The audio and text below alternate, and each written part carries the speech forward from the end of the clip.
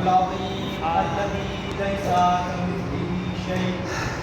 الحمد لله الذي هدانا لهذا وما كنا لنهتدي لولا أن هدانا الله. لقد جاءت رسل ربنا بالحق. ثم الصلاة والسلام والتحية والإكرام على سيد الأنعام مولانا ومولى الكونين معبود رب المشرقين والمغربين جد الحسنين أبي القاسم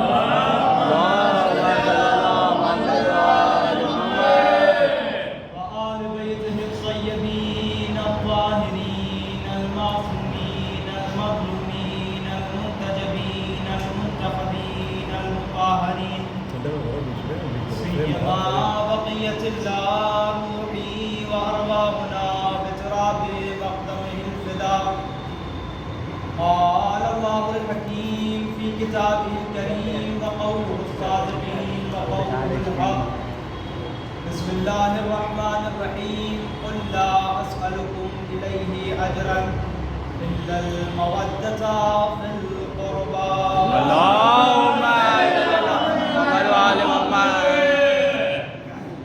آج کی یہ غمناک تاریخ جو کہ مولا متقیان کے ساتھ سے منسوب ہے، اور آج کے دن ہر محبت کرنے والا غم و غمگو کے عالم میں ہے.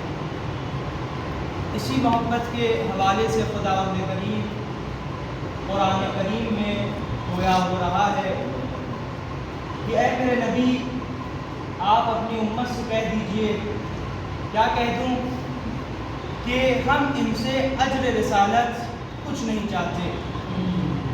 اس سے پہلے لوگ نبی کے پاس آئے اور آنے کے بعد سوال کیا، یا نبی اللہ، آپ نے اتنی زحمتیں کی، آپ نے اتنی مشقتیں کی، آپ اتنی مصیبتوں میں رہے، کوئی اجر چاہیے؟ نبی کہتے انا اجریہ علی اللہ، بے شک اجر خدا دینے والا ہے.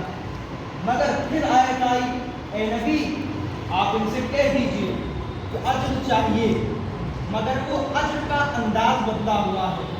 اجر پیسہ نہیں ہے، اجر دولت نہیں ہے، اجر آ کر جھک کر سلام کرنا نہیں ہے.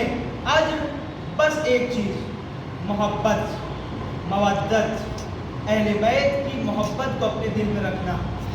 بس خدا کے رسول نے کہا کہ ہم کو یہ چاہیے ہمارا اجر، اس کے علاوہ کچھ نہیں چاہیے. اور یہ محبت کے حوالے سے اگر آپ دیکھیں تو اسلام محبت کے سوا کچھ نہیں.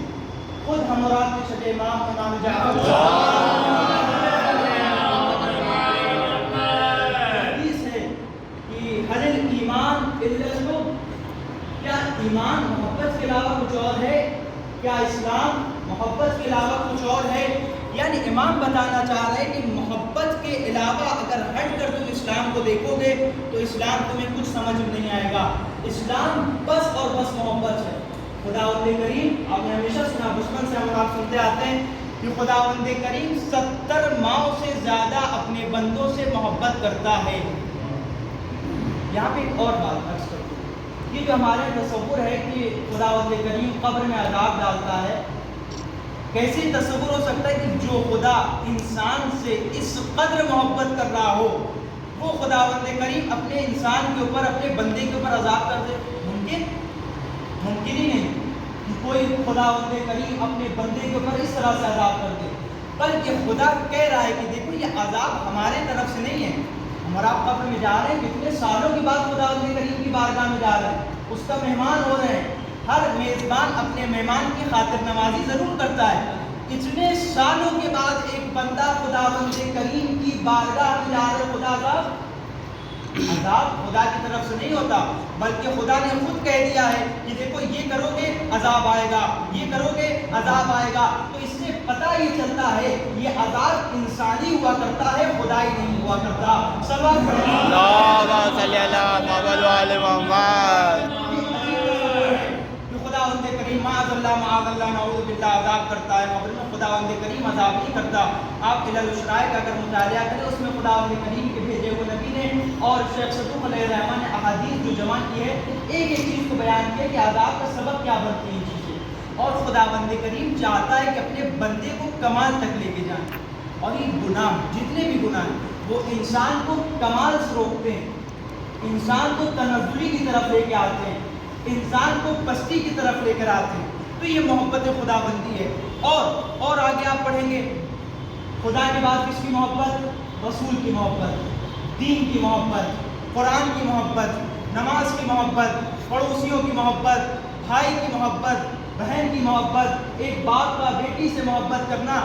دین میں بس اور بس خداوند کریم ہم کو محبت سکھا رہا ہے۔ جو لوگ اللہ اکبر کی تکبیریں کہہ کر انسان کے گلوں کو کاٹتے ہیں ان کا دین سے کوئی تعلق نہیں ہوا کرتا، کیونکہ دین بس اور بس ایک چیز سکھا رہا ہے، دیکھو محبت کرو، دیکھو مودت کرو۔ یہ محبت کی شکل و صورت بدلی ہوئی ہیں، کبھی اللہ سے محبت ہوتی ہے، کبھی اہل بیت سے محبت ہوتی ہے، کبھی قرآن سے محبت ہوتی ہے، مگر جب انسان کا معیار بدل جایا کرتا ہے یہ انسان اللہ سے ہٹ کے دنیا کی محبت کا شکار ہو جاتا ہے۔ ایک سلام انسان کو بدل دیتی ہے، اور رسول سے محبت، قرآن جگہ جگہ کہہ رہے دیکھو رسول سے محبت، اور کیا انداز ہے۔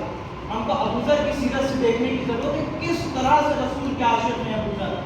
جنگ تبوک اسلام کی سب سے پہلی جنگ ہے جس میں مولا حضرت علی بن ابی طالب لے کر گئے، سب سے پہلی جنگ اور آخری جنگ ایسی کہ جس میں علی کو نہیں لے کے گئے۔ کیوں؟ اور یہی نہیں کہ نہیں لے کر گئے، کہا کہ دیکھو علی یہاں مدینے میں رہیں گے اور ہماری نیابت کریں گے، ہماری جگہ جس کو بھی ہماری محتاجی ہوگی وہ آ کے علی سے اپنے مسئلے کو دریافت کرے۔ یعنی رسول اللہ یہاں پر علی کو چھوڑ نہیں رہے، ایک حکیم اپنی حکمت سے کام لے رہا ہے، یعنی آنے والی امت کو بتانا چاہ رہا ہے دیکھو ہماری زندگی میں جو ہمارے نائب بننے کا حق رکھتا ہے اسی کو یہ تمام تر چیزیں زیبا دیتی ہیں کہ ہمارے مرنے کے بعد وہی خلیفہ بنے، وہی امام بنے، وہی جانشین بنے۔ رسول اللہ بتانا چاہ رہے ہیں دیکھو خلافت کا حق اگر کسی کو ہے بس علی بن ابی طالب۔ سب سے پہلی جنگ ہے جس میں رسول اللہ نہیں لے کر گئے۔ اور یہاں پر ایک ذات ہے جناب ابو ذر غفاری کی ذات، روایت کہتی ہے کہ رسول اللہ کے ساتھ چلے، لیکن عشق رسول، محبت رسول، چلے رسول اللہ کے ساتھ، راستے میں ان کا اونٹ آگے نہیں بڑھ پایا، یہ وہیں پہ رک گئے۔ منافقین صحابی آئے، آنے کے بعد رسول اللہ سے عرض کیا یا رسول اللہ دیکھا آپ کتنا اعتماد کرتے تھے ان کے اوپر، یہ آپ کو چھوڑ کے چلے گئے۔ رسول اللہ نے کہا کہ اگر خدا نے بہتر جانا تو ابو ذر ہمارا ضرور لوٹ کر آئے گا۔ روایت کہتی کہ جناب ابو ذر کا اونٹ خراب ہے، چل نہیں پا رہا ہے آگے، جناب ابو ذر کچھ دیر رکتے ہیں اور وہاں جانے کے بعد آرام کرتے ہیں۔ اب روایت کے جملے ہیں کہ جناب ابو ذر اونٹ کو چھوڑ دیتے ہیں، اپنا جتنا سامان ہے وہ اپنے کندھے پر لیتے ہیں اور چل دیتے ہیں۔ چلتے چلتے حالت ان کی بہت زیادہ خراب ہوتی ہے، راستے میں ایک جگہ ان کو پانی ملتا ہے، پہاڑ ہے، پہاڑ کی گودی میں پانی ہے، پانی کو دیکھتے جیسے ہی ایک قطرہ پانی اپنی زبان کے اوپر لے جاتے ہیں، دیکھتے ہیں پانی کا ذائقہ بہت زبردست ہے، بہت اچھا پانی ہے، کہتے ہیں کہ ہمارے لیے یہ عیب ہے کہ ہم اچھا پانی پی لیں اور ہمارا رسول نہ پیے۔ محبت رسول دیکھیں کہ ہم پانی پی لیں اور ہمارا رسول پانی نہ پیے۔ روایت کہتی ہے اسی پیاس کے عالم میں پانی سے اپنے مشکیزے کو بھرتے اور دوڑتے ہوئے رسول اللہ کی خدمت میں جاتے ہیں۔ صحابی کہتے ہیں کہ دیکھیے باہر سے دھول اڑ رہی ہے، رسول اللہ نے کہا وہ کوئی اور ذات نہیں ابو ذر کی ذات آ رہی ہے، پڑھو اس کا استقبال کرو۔ تمام صحابی جاتے ہیں، جناب ابو ذر غشت عالم میں وہاں پہ گر جاتے ہیں، جیسے ہی گرتے ہیں رسول اللہ جاتے ہیں، جانے کی عبادت کرتے ہیں، اے ابو ذر تمہارے پاس پانی موجود تو ہے، تم نے پانی کیوں نہیں پیا؟ جناب ابو ذر کہتے ہیں یا رسول اللہ ہم نے پانی کی ایک بوند چکھی تھی، مگر ہمارے ضمیر نے اجازت نہیں دی کہ ہمارا رسول یہ پانی نہ پیے اور ہم پانی پی لیں۔ ہائے ہائے، ہمارا رسول یہ پانی نہ پیے ہم یہ پانی پی لیں۔ یعنی ابو ذر بتانا چاہ رہے ہیں دیکھو دین محبت ہے، جس قدر انسان کی محبت بڑھتی جائے گی انسان اپنے آپ کو فدا کرتا چلا جائے گا.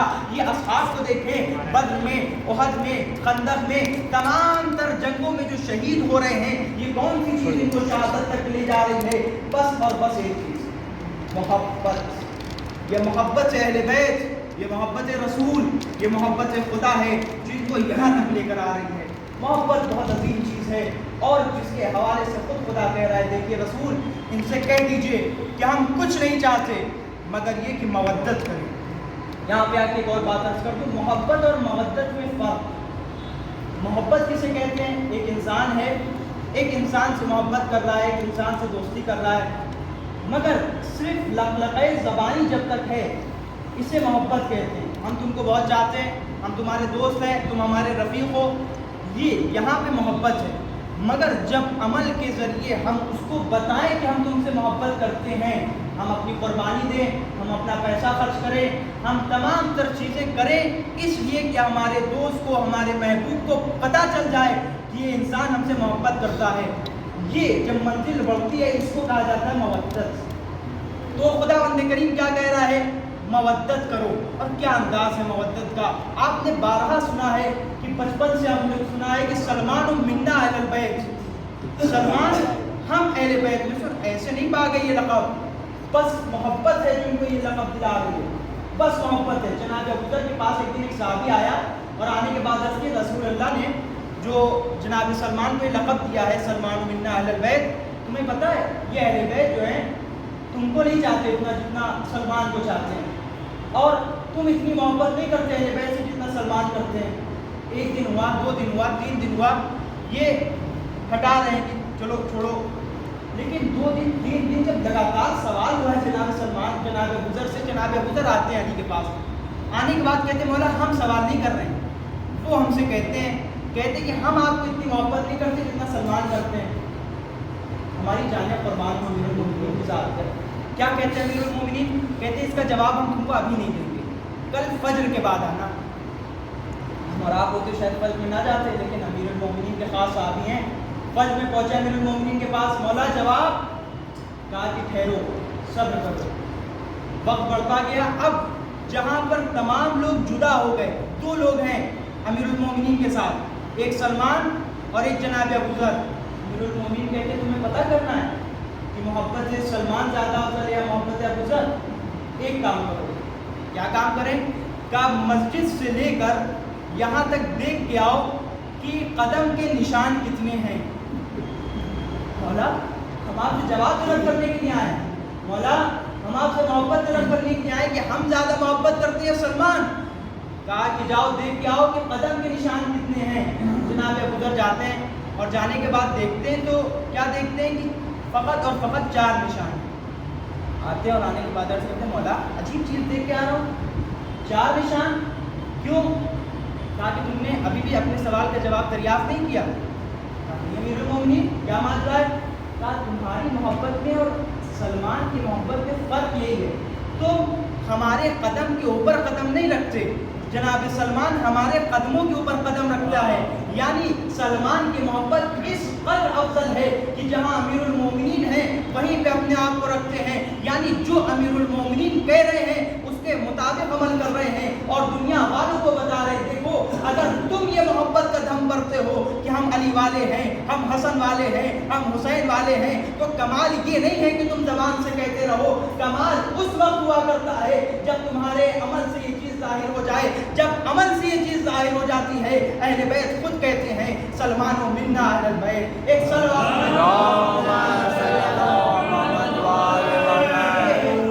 یہ ہے محبت, اور یہی محبت ہے جس کے حوالے سے رسول کہہ رہے ہیں یا علی انتا وشیعتک هم الفائزون, اے علی تم اور تمہارے شیعہ کامیاب. یہ کامیابی کی شان کب ملے گی؟ جب ہم اپنے آپ کو غرق محبت علی بن ابی طالب کر لیں. اور جس طرح ہم علی کو چاہتے ہیں, علی بھی اپنے شیعہ کو بے انتہا چاہتے ہیں. روایت کہتی ہے کہ مسجد کوفہ میں ایک شخص آتا ہے اور آنے کے بعد مولا کا خطبہ سن رہا ہے. مولا نے خطبہ تمام کیا اور جاتے ہیں, اور جانے کے بعد عرض کرتے ہیں کہ کتنا امام اپنے چاہنے والوں کو چاہتے ہیں. آج بھی ہمارا امام زندہ ہے. کیا کہتے ہیں امام؟ امام کہتے ہیں کہ ہم نے سنا ہے کہ تم مریض ہو, اور تم مریضی میں ہمارا خطبہ سننے کے لیے آئے ہو۔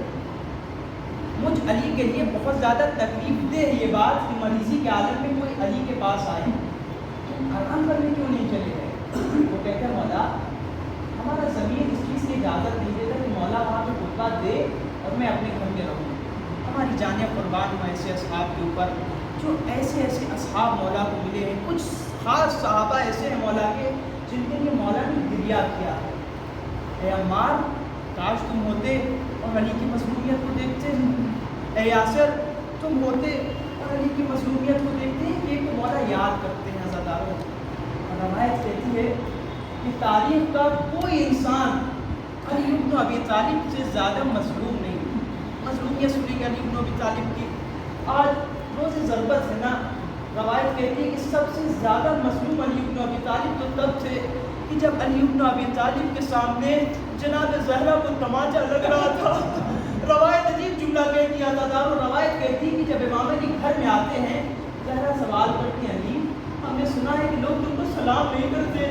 علی عجیب جملہ کہتے ہیں زہرا تم نے یہی سنا ہے لوگ ہم کو سلام نہیں کرتے؟ اے زہرا میں لوگوں کو سلام کرتا ہوں مگر کوئی ہم کو جواب نہیں دیتا، اجرکم علی اللہ۔ روایت نے عجیب جملہ لکھا ہے، روایت کہتی سب سے زیادہ علی کو مظلوم تب ہو گئے جب علی نے یہ خبر سنی زہرا اس دنیا سے چلی گئی۔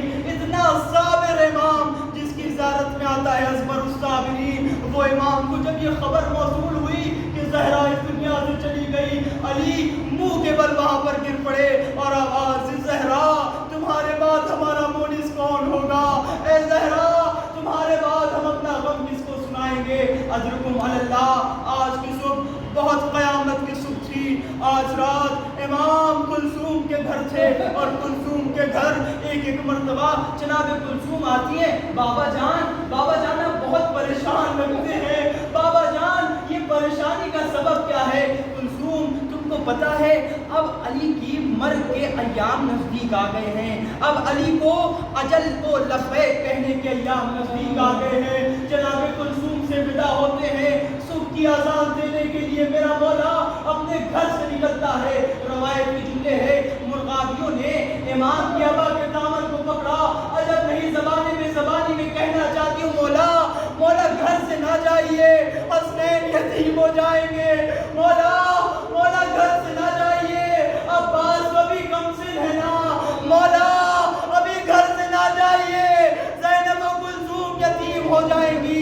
مولا نے کلثوم کو بلایا، کلثوم دیکھو ان کے دانے و پانی کا خیال رکھنا، اور خیال نہ رکھ سکنا تو ان کو آزاد کرنا۔ ارے مولا آپ کی کرامت پہ ہمارا سلام، مولا ایک جانور کا کوفے بیچنا ہے امام، ارے یہی کوفہ ہوگا، ایک یتیمہ آئے گی اور اس کو کوئی پانی نہ دے گا۔ اشرکم علی اللہ۔ میرا مولا مسجد میں آتا ہے اور آنے کے بعد اذان دیتا ہے، اذان ہونے کے بعد اب نافلے کے لیے میرا مولا کھڑا ہوتا ہے۔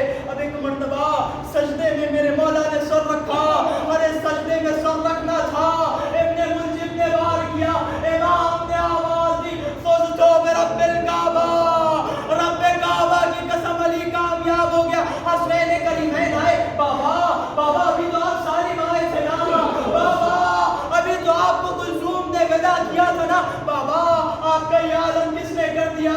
بابا حسن کو یتیم کس نے کر دیا؟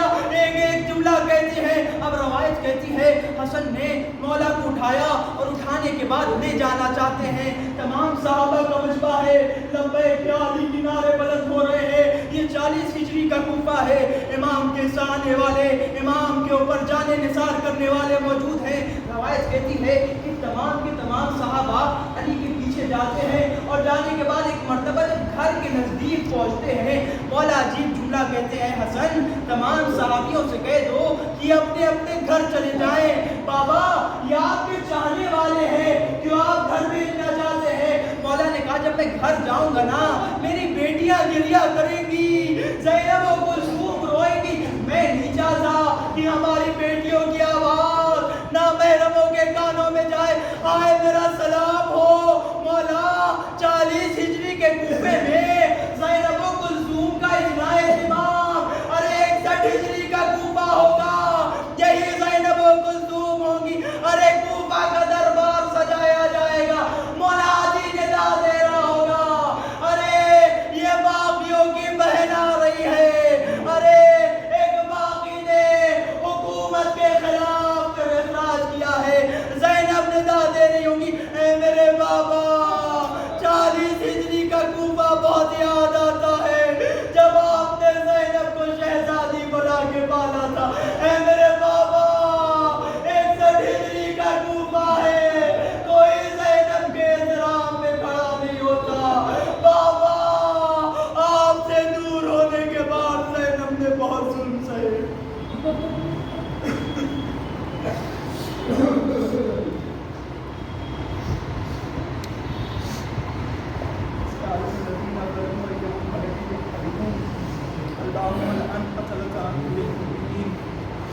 اللهم لعن قتلة أمير المؤمنين اللهم لعن قتلة أمير المؤمنين ربنا تقبل منا إنك أنت السميع العليم وتب علينا إنك أنت التواب الرحيم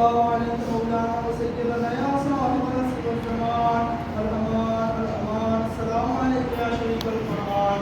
السلام عليك يا إمام زماننا وتعجل الله تعالى فرجك سهله الله مخرجك وظهورك. السلام عليكم ورحمة الله وبركاته.